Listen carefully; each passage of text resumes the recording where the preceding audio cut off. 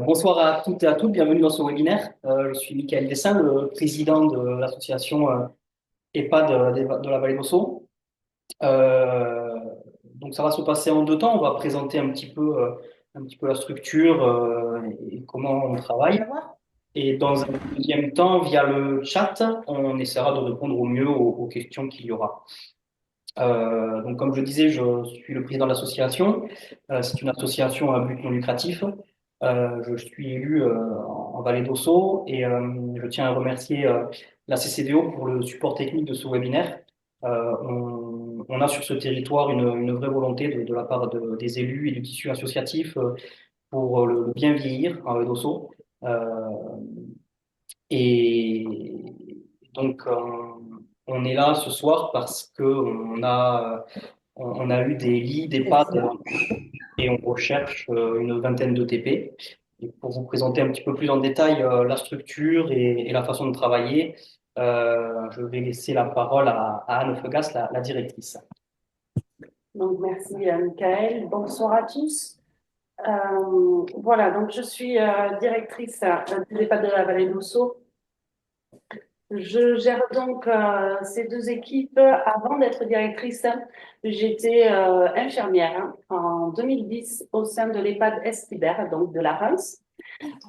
Suite à une reconversion professionnelle, je suis passée directrice à l'EHPAD Argelas à Sévignac. Puis j'ai exercé en tant que directrice jusqu'en 2017 pour après mutualiser avec l'EHPAD Estibert et passer directrice adjointe.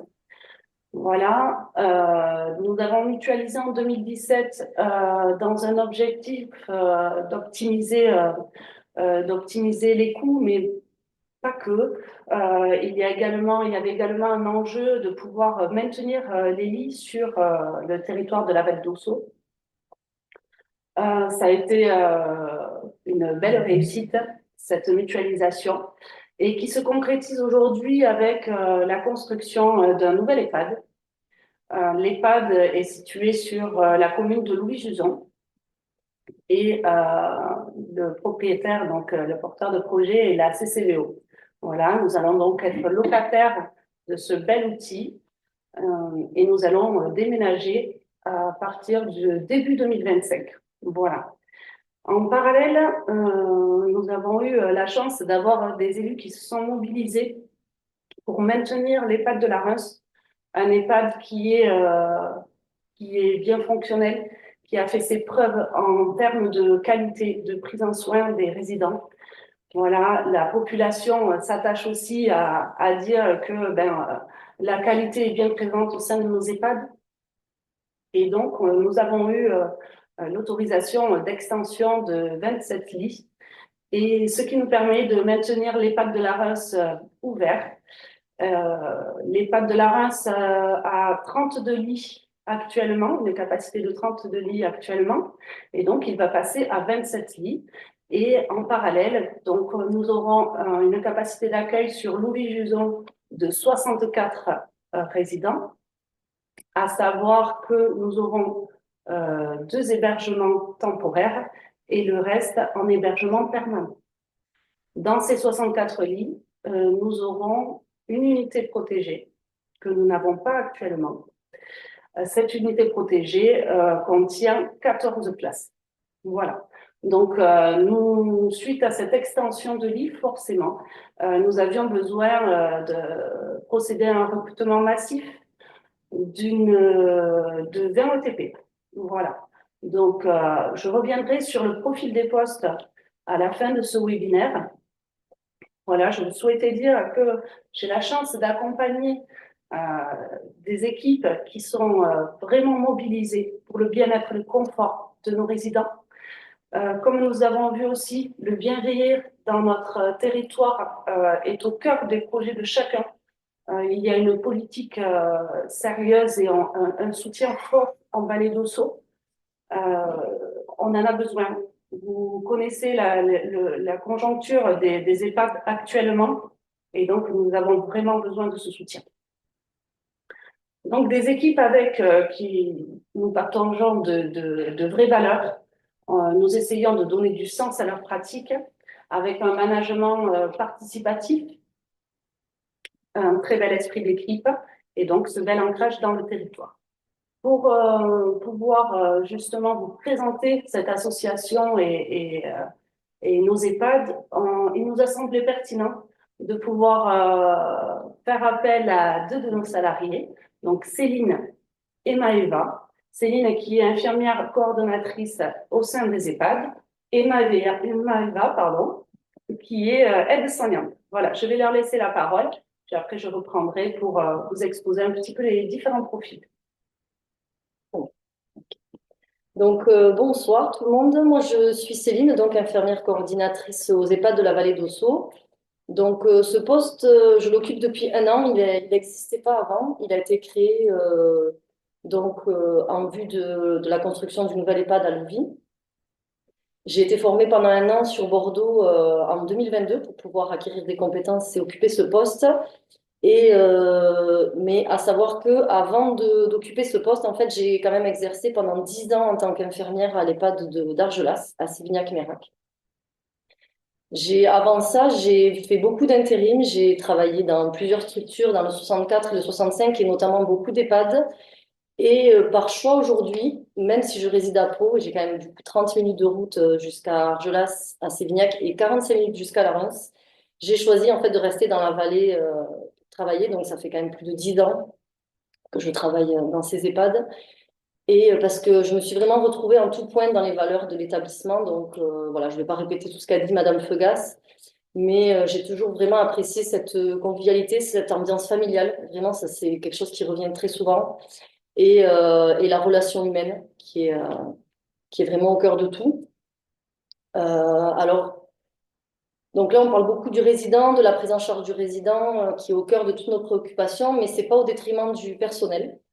Aujourd'hui, en fait, comme on parlait Madame Feugas, on est on tend vraiment vers, enfin on tend, j'espère qu'on y est, vers un management participatif, puisque c'est très important pour nous, en fait, que chaque professionnel puisse s'exprimer et participer aux réflexions collectives pour pouvoir nous améliorer au quotidien, parce que c'est vraiment quelque chose qui nous tient à cœur, en fait, nous améliorer sans cesse.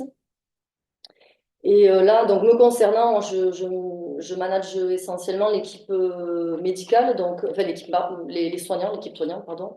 Donc tout ce qui est infirmière et aide-soignant. Et donc c'est vrai que là, mais du coup, on recrute notamment des infirmières et des aides-soignantes pour les l'EHPAD de Louvie et pour les l'EHPAD de la Reims, puisqu'on est une seule et même équipe. Et j'espère en fait qu'on pourra trouver voilà, des personnes impliquées comme nous avec les mêmes valeurs pour pouvoir vraiment garder cette prise en charge de qualité qu'on a aujourd'hui au sein de nos EHPAD et qui, moi, me tient à cœur. Voilà, je laisse la parole à Maëva.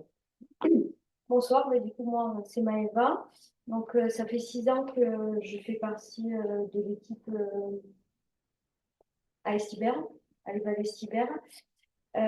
Donc, j'ai commencé ici en tant qu'agent de service et les équipes m'ont beaucoup poussé à faire l'école d'aide-soignante, du coup, que j'ai fait et que j'ai réussi. Donc, ça fait 2 ans que je suis aide-soignante dans la structure. Pour parler de l'équipe, on a une équipe au top, on peut se faire confiance, on arrive à se parler. Quand il y a quelque chose qui ne va pas entre nous et tout ça, on arrive bien à communiquer.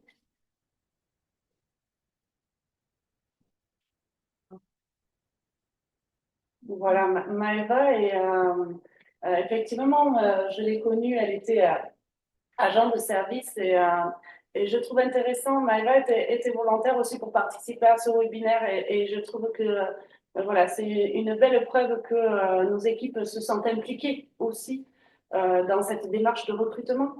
Il faut savoir que nous avons une GPEC importante. On fait confiance à notre personnel et ben voilà, c'est pas parce qu'on arrive agent de service qu'on n'évolue pas vers aide-soignante. Je vous ai parlé de mon cas tout à l'heure, infirmière, et pour être directrice aussi. Vraiment, c'est quelque chose que nous partageons et on essaie en tout cas de monter les personnes en compétences et de les élever quand nous voyons qu'il y a un réel engouement à cet accompagnement de qualité. Non, après, ce que j'apprécie aussi au sein de la structure, c'est que on arrive à être solidaires les uns envers les autres. Ça reste un EHPAD très familial et ce qu'on aimerait bien amener à lui par la suite. Donc, bah, si vous êtes dynamique et que vous avez envie de travailler avec nous, rejoignez-nous. Je mets aussi l'accent sur le fait que, ben, vous l'avez bien compris, hein, les équipes sont impliquées et elles sont polyvalentes. Voilà, elles ne s'arrêtent pas à leur mission première. Lorsqu'on a besoin pour une animation, ce sont les premières à venir, à participer avec un réel plaisir. Le partage, avoir le sourire de nos résidents, eh bien, c'est une réelle récompense en fait pour chacun. Et c'est ce qui nous motive dans notre quotidien. Euh, pour moi, il est important d'arriver à recruter des personnes qui ont ces mêmes valeurs. Voilà, pour continuer sur cette lancée, là, Maëva représente tout le personnel. Il faut savoir que nous avons un CSE et que c'est au cœur de ce CSE qui a été, du coup, ils ont mobilisé le personnel pour savoir qui elle pouvait représenter. Elle représente l'équipe, j'ai envie de dire. On a un EHPAD sur Argelas, un EHPAD sur Laras, mais on a une seule équipe et qui a le même état d'esprit. Quand je suis arrivée sur Argelas, il y avait des aménagements à faire. Si nous sommes arrivés à construire un EHPAD, effectivement, c'est parce que l'établissement Argelas était vétuste et avait besoin de renouveau. Nous avons mené avec l'équipe qui a aussi une force énorme. C'est pas toujours évident d'arriver à travailler avec des locaux vétustes. Et je vous assure que malgré tout, elles ont su véhiculer une très bonne ambiance, un bien-être, un bien vieillir, voilà, dans nos EHPAD. Et je suis fière de ces équipes-là. Aujourd'hui, c'est important de le dire. Il y a également le fait qu'on s'attache à trouver des solutions. Vous savez que les métiers dans le soin, alors j'entends le soin de l'agent de service à la direction, hein, d'ailleurs, pour revenir là-dessus, les transmissions, chez nous, il y a tout le monde qui participe et il faut se dire que les agents de service ont leur place, elles sont auprès de nos résidents et très souvent, elles nous relèvent des choses importantes sur lesquelles nous pouvons rebondir après pour avoir cet accompagnement de qualité. Également, donc, nous avons travaillé avec, notamment autour du DERP pour anticiper ce déménagement, travailler en étroite collaboration avec la CCVO. La CCVO qui, oui, c'est eux qui ont construit le bâtiment, mais il faut savoir que les équipes ont été vraiment partie prenante pour penser l'architecture de ce bâtiment. Et c'est important. Voilà, c'est pas un bâtiment qui va sortir comme ça, c'est quelque chose qui est pensé. Au niveau des organisations aussi, nous avons plusieurs axes stratégiques sur lesquels nous travaillons déjà depuis un long moment et pour faire en sorte que ce déménagement se passe du mieux possible, aussi bien pour les équipes, pour les résidents et pour les familles. Voilà, c'est quelque chose d'important. Un déménagement, ce n'est pas anodin. Et donc, il faut arriver à accompagner tout le monde et éviter cette résistance au changement parce que c'est jamais évident de changer et accompagner comme on le peut avec les moyens que nous avons pour pouvoir faire quelque chose de cohérent et alors notamment pour penser aussi au confort et au bien-être de nos équipes. Nous avons réalisé un travail autour du DUERP il y a quelques années qui nous a permis aussi de pouvoir mettre en lumière tout le travail que nous avons fait auprès de nos EHPAD et ce que nous avions besoin. Et nous allons être accompagnés aussi avec la CARSAT pour l'installation de rails au plafond sur l'EHPAD de Louis-Juson. Voilà, donc c'est aussi un moyen d'éviter les TMS et les troubles musculo-squelettiques. Il y a aussi d'autres actions qui sont dans le sens du mieux travailler dans nos EHPAD et on y attache beaucoup d'importance. Nous avons également mobilisé des CNR avec l'ARS pour travailler autour de la prise en soins non médicamenteuse. On va avoir une unité protégée et il est important que cette unité protégée puisse être pensée, notamment à travers des équipements de type Snozellen. Voilà, donc nous sommes en train de travailler sur l'acquisition de ce matériel pour pouvoir vous donner les moyens de bien travailler et d'être à l'aise et que les résidents aient une belle prise en soin au sein de nos EHPAD. Voilà. Il faut savoir également que ce recrutement de 20 ETP ne concerne pas que l'OUVI. Dans tous les contrats, il y a une clause de mobilité. Les salariés que nous souhaitons recruter, comme les salariés qui sont actuellement sur nos EHPAD, ont justement cette mobilité dans les contrats. Donc, ils travailleront aussi bien sur la maison de retraite de la Reims que sur la maison de retraite de Louviers. Dans un contexte comme nous l'avons rencontré avec la crise sanitaire, il est important que nous puissions nous assurer auprès aussi de la direction d'avoir une continuité des soins et justement ça fait aussi partie de la qualité et le confort des employés. Voilà. Au niveau des remplacements, nous fonctionnons aussi avec Hublot, une plateforme Hublot. Nous essayons aussi alors de limiter les CDD pour avoir. Nous avons des équipes qui sont là pour certaines depuis la création des EHPAD, aussi bien sur Argelas que sur la Reims. Donc ça témoigne quand même qu'elles trouvent du sens dans leur pratique et qu'il y a une réelle volonté d'œuvrer en ce sens et à rester dans nos EHPAD. Le fait d'avoir cette extension des 27 lits, nous avons décidé d'avoir une cuisine centrale donc sur Louviers et la blanchisserie également centrale sur Louviers. Donc, le siège sera principalement sur Louviers, le gros de l'EHPAD, et avec un principe de livraison sur la maison de retraite de la Reims. Voilà. Nous recherchons donc sur les profils, effectivement, donc des soignants, des infirmières, des infirmiers. Nous avons eu là récemment aussi une infirmière qui a été prête à déménager. C'est sûr que nous sommes en vallée, comme l'a dit Céline, il y a de la route, nous en sommes bien conscients et on est assez excentré par rapport à Pau ou à Oloron. Mais peut-être qu'il faut se poser la question. Voilà, je pense que c'est important d'avoir un travail qui donne du sens et qui nous tient à cœur. Et du coup, c'est ce qui nous permet aussi de nous mobiliser. Et peut-être d'avoir cette motivation au travail nous permet de faire ces kilomètres aussi. En tout cas, je fonctionne comme ça. Donc, oui, nous sommes en besoin important d'infirmiers.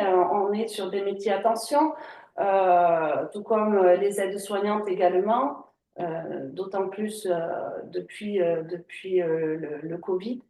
Donc, voilà, n'hésitez pas. Si vous souhaitez également plus de renseignements ou si vous avez des questions, je le répète, hein, mais à écrire sur le chat, on va répondre aussi à vos questions dans quelques minutes. Voilà. Au niveau des agents de service logistique, donc nous n'attribuons pas forcément un poste simplement à la blanchisserie ou à la cuisine. Voilà. Nous souhaitons avoir aussi des agents qui soient polyvalents. Et ça permet aussi d'éviter la routine. Nous avons vu que nous allons avoir aussi une UP, donc c'est important d'avoir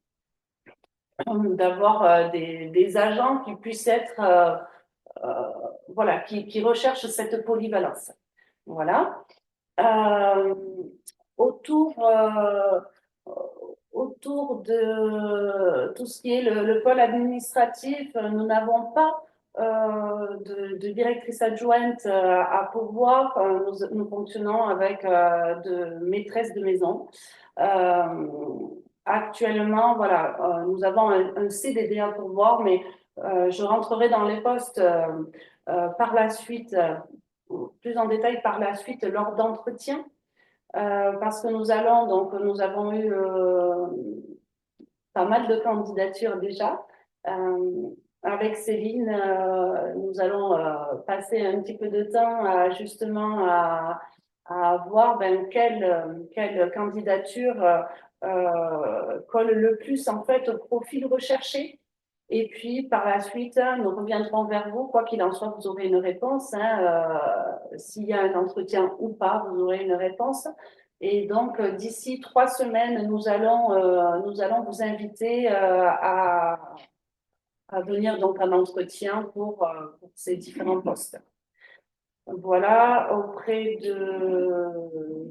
des cuisiniers, ben pareil, on recherche un commis de cuisine qui puisse également donc passer. On a vu des candidatures aussi en ce sens. Une cuisine centrale on va essayer de travailler à J+2 si on le peut, voilà, qui pourra se développer aussi par la suite parce que il y aura d'autres projets aussi. Quoi vous dire de plus au niveau des profils? Je pense que j'ai fait le tour. Voilà.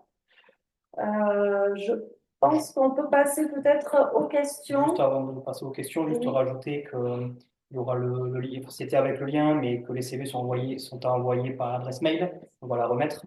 Et je rajouterai juste qu'on a la chance ici d'être quand même, que ce soit à Larue, soit à Sévignac et demain à Leuville, d'être des petites structures où c'est familial, c'est chaleureux et c'est le cas parce que, pour les résidents, c'est le cas parce que l'ambiance est comme ça au sein des équipes. On a la chance d'être dans un cadre de vie ici, même si c'est excentré, où il y a une jolie vue, où voilà, c'est quand même assez intime. Et je pense que c'est une force pour nos EHPAD ici. Oui, la pollution, on l'a pas trop, les embouteillages Voilà. non plus. Vous pouvez venir, voilà. Oui, effectivement, c'est important de le mentionner. Après aussi, comme disait Anne, euh, on n'est pas conditionné à faire nos tâches. On peut être amené à faire un peu de déco, on peut être amené à aider les agents, on peut être amené à donner un petit coup de main en cuisine s'il faut. Enfin, on est vraiment polyvalent, on ne s'arrête pas à notre feuille de tâches et c'est tout. Et les infirmiers aussi, les infirmiers sont amenés voilà, à aider Oui, voilà, aussi. l'équipe aide-soignant Oui, mais bien sûr, oui. en fonction des journées, en On fonction est, de la on, charge de travail. on est vraiment dans Voilà. l'entraide entre nous, Ouais. en fait. Enfin, tout le monde fait.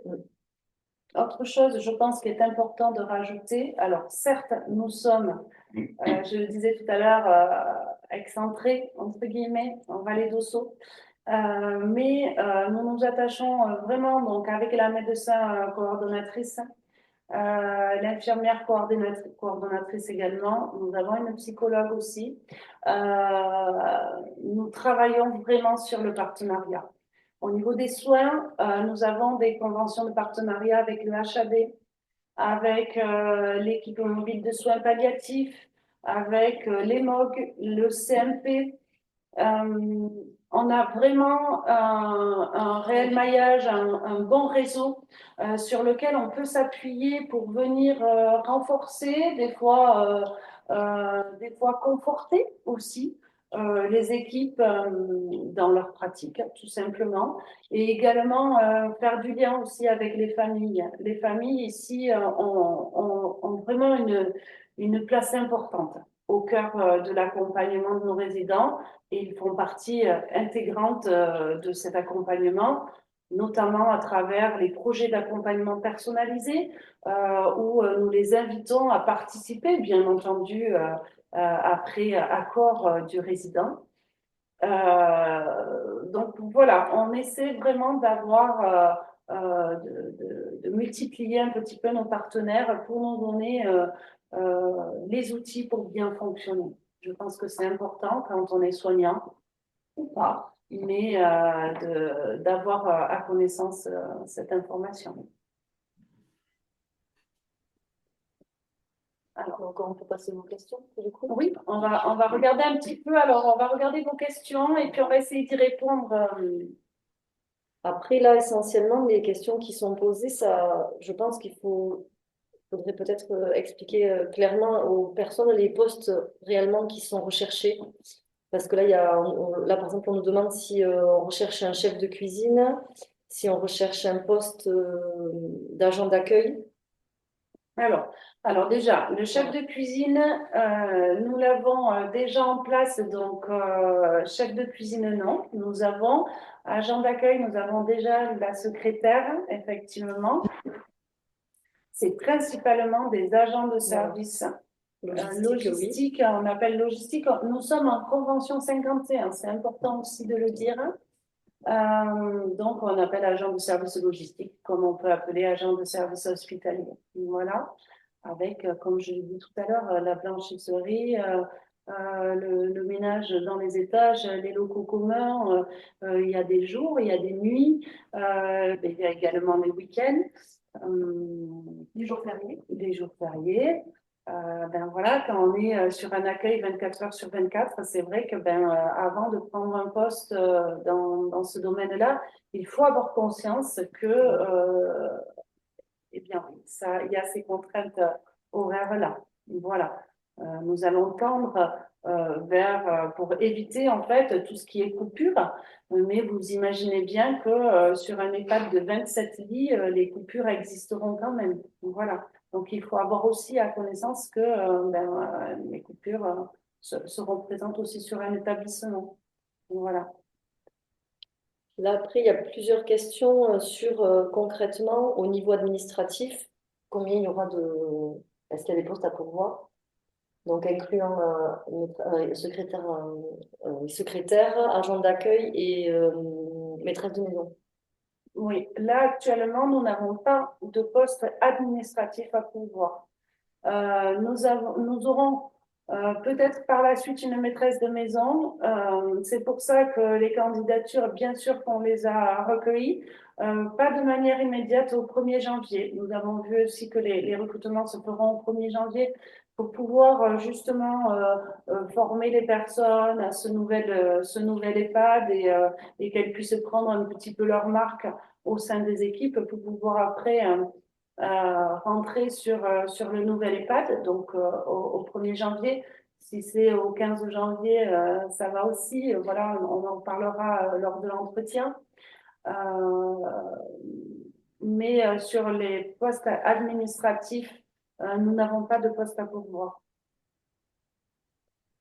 Et alors, il y a quand même plusieurs questions. Il n'y a pas de... Puisque vous avez dit qu'il y aura peut-être quand même un poste de maîtresse de maison, il y a plusieurs questions sur exactement les fonctions de la maîtresse de maison dans nos EHPAD.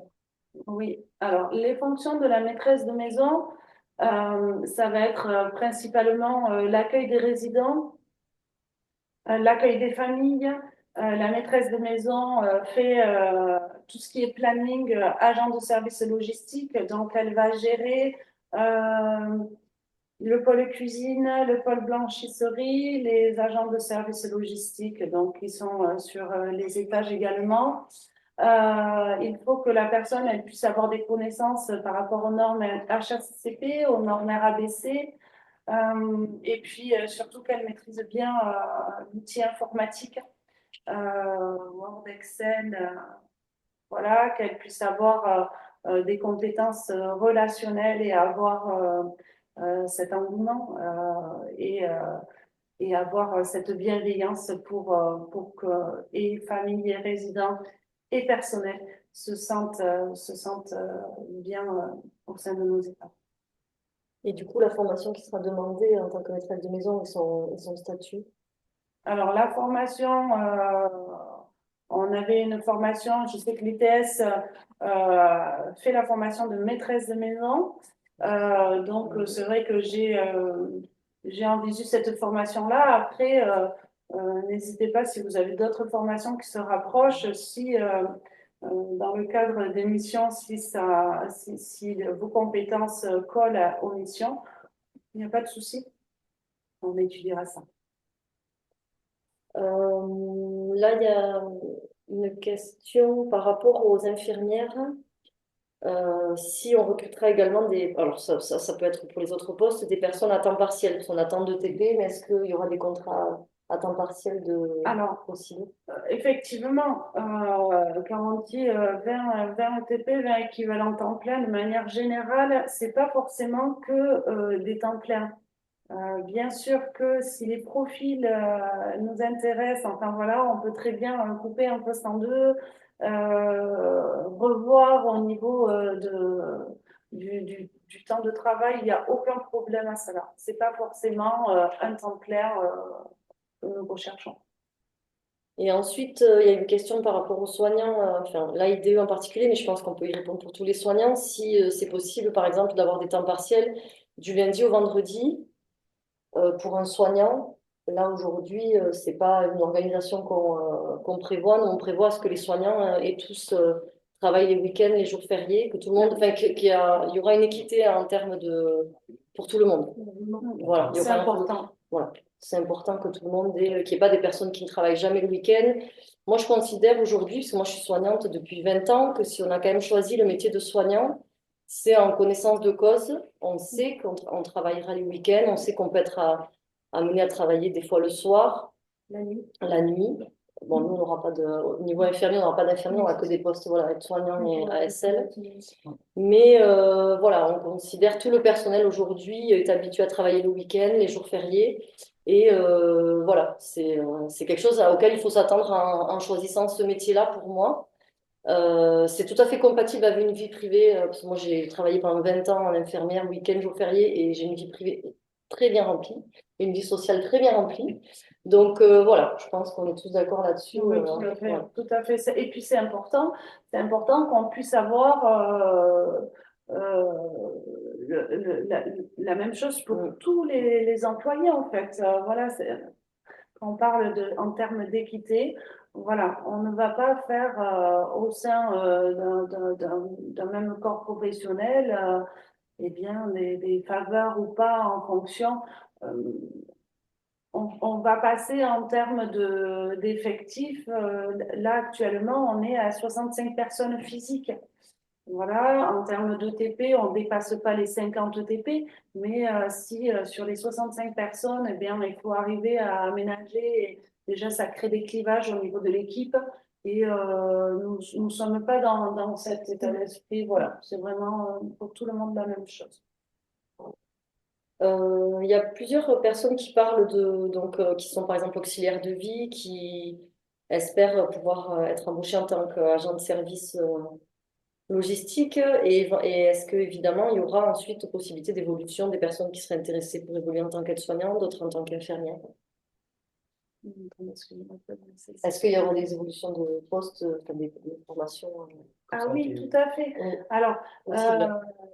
par exemple aussi, il faut savoir que nous avons travaillé avec France Travail, notamment en termes de parcours emploi compétences. Alors là, je ne sais pas si actuellement c'est un peu bloqué en ce moment, il me semble, mais à partir de 2025, il faut voir comment ça sera, avec une possibilité dans notre plan de formation de pouvoir inclure des formations aussi pour monter en compétence ces personnes. Si un agent de service veut monter vers aide-soignante comme l'a vu Maëva, ou si les aides-soignantes veulent se former aussi en tant qu'ASG, parce que pour l'UP, je trouve que c'est important aussi de pouvoir avoir ces notions-là. Bien sûr, on verra, parce qu'il y a quand même ce recrutement massif, donc on fera chaque année un petit peu en fonction de nos budgets de locaux. Mais bien sûr que nous sommes dans cette optique. Il y a plusieurs questions sur les horaires. C'est-à-dire, est-ce que ça va être des journées en 10 heures, en 12 heures, en 7 heures? C'est pour quel poste? Pour plusieurs postes. Postes aides-soignants essentiellement. Alors après, comme je vous l'ai dit tout à l'heure, on a travaillé sur l'organisation au niveau sur l'ouïe. Donc en termes, pour les aides-soignantes, on a vu pour éviter les coupés. Sur la Reims, avec 27, on est obligé d'avoir cette coupure-là. Actuellement, vos horaires, Maëva? Bon, on a 4, on fait 13-20, 7-16, 7h, 11h, 17h30, 20h et 12h le week-end. 2 heures. Voilà. Mais ça, on pourra en rediscuter lors des entretiens. Et il y a plusieurs questions aussi sur si on recrute des AMP également. AMP, donc anciennement AMP, qui sont maintenant des AES. Effectivement, nous les recrutons comme les aides-soignantes. Oui. Et quelle formation sera demandée pour les commis de cuisine? Est-ce qu'il y aura une formation particulière? Les commis de cuisine, alors je prévois une formation HACCP. Donc, pour ces personnes, on pourra les inclure dans cette formation-là. Si elles ont déjà cette formation, ce n'est que nous. Il y a des questions au niveau du travail de nuit. Oui. Peut-être qu'on pourrait, par rapport au nombre de personnes, et peut-être expliquer qu'il n'y aura pas de poste de nuit. Oui, tout à fait. Par rapport au travail de nuit. Alors, c'est pareil quand on parle de mobilité Larens-Louviers. Le travail de nuit, nous avons pris le parti de se dire, il n'y a pas forcément de poste que de jour ou de poste que de nuit. Bien sûr que nous prenons en compte les attentes de chacun. Si quelqu'un préfère faire des jours ou des nuits, nous le prenons en considération. Mais dans les contrats, c'est des contrats jour-nuit. Voilà. Si un jour nous avons besoin, nous sommes en difficulté, il faut que nous puissions vous demander de pouvoir venir dépanner si vraiment nous avons des soucis comme ça pour la continuité des soins. Oui, il y a une question aussi par rapport à l'organisation de l'unité protégée. Quel type de personnel ASH? Agent de... Oui. Alors, Enfin, ASL, pardon. donc, AS, elles seront au nombre de 2 et l'ASH sera également à l'unité protégée. Voilà. Et l'infirmière qui sera en poste, eh bien, ira aussi bien dans l'unité protégée que dans l'unité ordinaire.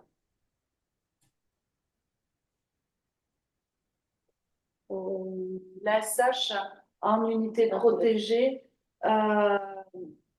eh bien, très certainement sera amené à aider l'aide-soignante parce qu'il n'y aura pas une animatrice dans l'unité protégée. L'animatrice, elle sera en unité ordinaire. Et donc, les aides-soignantes qui ont aussi la formation ASG, c'est pour ça que je disais que c'est pertinent de pouvoir avoir cette formation. Eh bien, elles auront aussi, et puis ce sont dans l'émission, hein, dans le besoin de se divertir, elles seront aussi amenées à animer, à faire des ateliers. Il y a aussi la possibilité de faire des ateliers culinaires avec une petite cuisine d'appoint au sein de l'UP. Voilà, donc ça sera vraiment en binôme qu'elles travailleront. Pareil, pour l'unité ordinaire, nous avons opté pour que l'établissement est sous forme d'unité de 14 chambres environ. Voilà. Et par unité, il y aura une aide-soignante et une agent de service qui seront en binôme pour travailler ensemble dès le matin à 7 heures. Ouais. Il y a deux ou trois questions aussi par rapport au poste d'agent d'entretien, mais à ce jour, on ne recrute pas d'agent d'entretien. Agent d'entretien, oui. Oui, tout à fait. Alors, homme d'entretien. Voilà. Homme d'entretien à ce jour-là. Alors, le poste à pourvoir n'est pas à pourvoir dès le 1er janvier. Nous avons un homme d'entretien qui part à la retraite début 2025. Et donc, oui, il va y avoir un recrutement dans le premier trimestre 2025, mais il n'est pas à pourvoir de suite. Nous recherchons effectivement un agent d'entretien qui puisse être polyvalent. Comme vous le savez, dans les EHPAD, ben voilà, aussi bien dans la plomberie que la peinture, que pour pouvoir faire les livraisons, donc il faut le permis également. Ben, le permis, j'ai envie de dire, il est indispensable pour tout le monde. Vous l'avez compris, il y a la mobilité, donc ça, c'est vraiment une condition sine qua non. Perdu la question.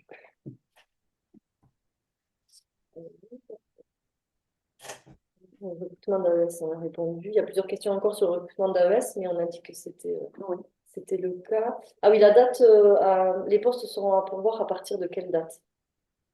Ben, comme je l'ai dit, donc les postes à pourvoir dès le 1er janvier 2025. Voilà, pour vous laisser le temps un petit peu de vous imprégner des équipes aussi. Et puis après, bien sûr, nous allons avoir une montée en charge par rapport au taux d'occupation des résidents qui va être progressive. Un déménagement en début d'année et puis va s'en suivre le taux d'occupation au niveau des résidents à raison de 2 à 3 par semaine. Voilà, pour avoir une montée en charge globale d'ici fin mai, je dirais. Voilà, donc nous pouvons nous permettre d'avoir aussi des recrutements peut-être en deçà du 1er janvier. Et donc on en a parlé déjà un petit peu, il me semble, les recrutements des paramédicaux et médecins co. Donc là, on recrute essentiellement des infirmières et aides-soignantes. Et à ce jour, il n'y a pas de poste à pourvoir au niveau de la psychologue. On a déjà une psychologue qui intervient déjà sur nos 2 EHPAD et qui reste chez nous. De même pour le médecin co, Oui, voilà. qui reste chez nous aussi. Oui, il faut savoir que ben, forcément, leur nombre d'heures sont majorés, mais ce sont les mêmes intervenants qui restent au sein de nos structures. Je ne sais pas si on a déjà répondu. Il y avait une question sur l'organisation du travail de nuit, si les personnes vont travailler seules ou en binôme sur les secteurs. Alors, c'est en binôme. Nous avons une aide-soignante et une agent de service sur le binôme. Il y a également actuellement, dans le cadre de projets avec l'ARS, nous avons une infirmière qui est itinérante en fait, qui reste sur des EHPAD, qui a un siège sur les EHPAD, mais qui peut être appelée la nuit. Ce principe avait été mis en place, ce projet avait été mis en place dans le souci de désengorger les urgences. Et c'est vrai que ben, voilà, parfois, ça peut rendre service d'avoir une infirmière qui se déplace sur place lorsqu'il y a besoin d'avoir une injection, par exemple, ou voilà, différentes orientations médicales. Elle arrive en soutien des équipes. Tout bêtement, même si on a une question qu'on n'est pas forcément sûr, au lieu d'appeler le 15, on appelle l'infirmière de garde et on répond et ça évite du coup voilà, qu'on appelle le 15. Voilà, tout à fait. Alors, juste pour les personnes qui continuent à poser des questions auxquelles on a déjà répondu, il y aura, parce que pour essayer de répondre à toutes les questions, il y aura un replay, ce sera Il y aura le lien. voilà, il y aura un lien enregistré. sur YouTube pour que vous puissiez le réécouter parce que je vois beaucoup passer de questions sur agent d'entretien et sur commis de cuisine, mais on a déjà répondu, donc on va continuer.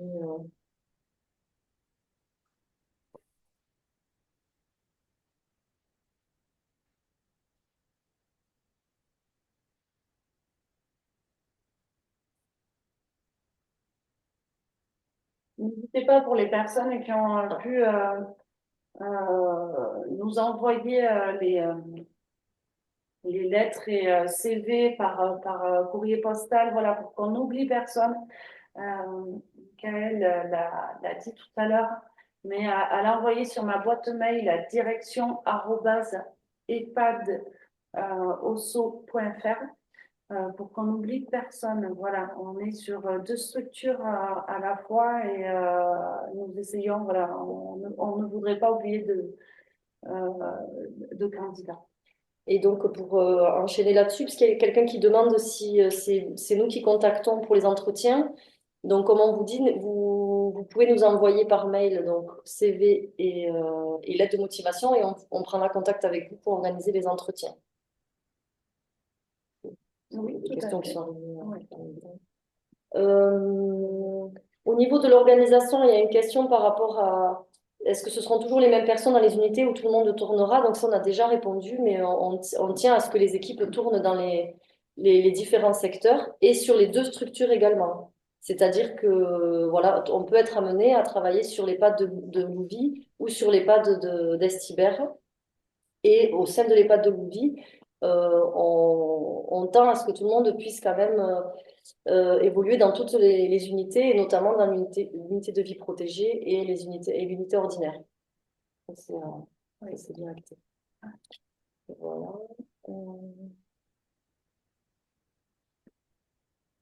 Et au niveau, ah oui, alors il y a des personnes qui demandent si on reprend l'ancienneté. Alors, au niveau de l'ancienneté, il faut savoir que dans le cadre de la Convention 51, nos pratiques donc sont, nous reprenons 30% de l'ancienneté hors cadre Convention 51. Et lorsque vous avez travaillé en Convention 51, c'est 100% de l'ancienneté. Et donc, ça a été dit qu'on avait la Convention 51. Oui. Les personnes en RQTH sont... Oui, tout on à a des fait. postes, Les travailleurs handicapés, bien sûr, vous faites votre demande et vous candidatez. Et il y a de la place aussi euh, pour ces personnes-là, avec plaisir. de questions, je pense.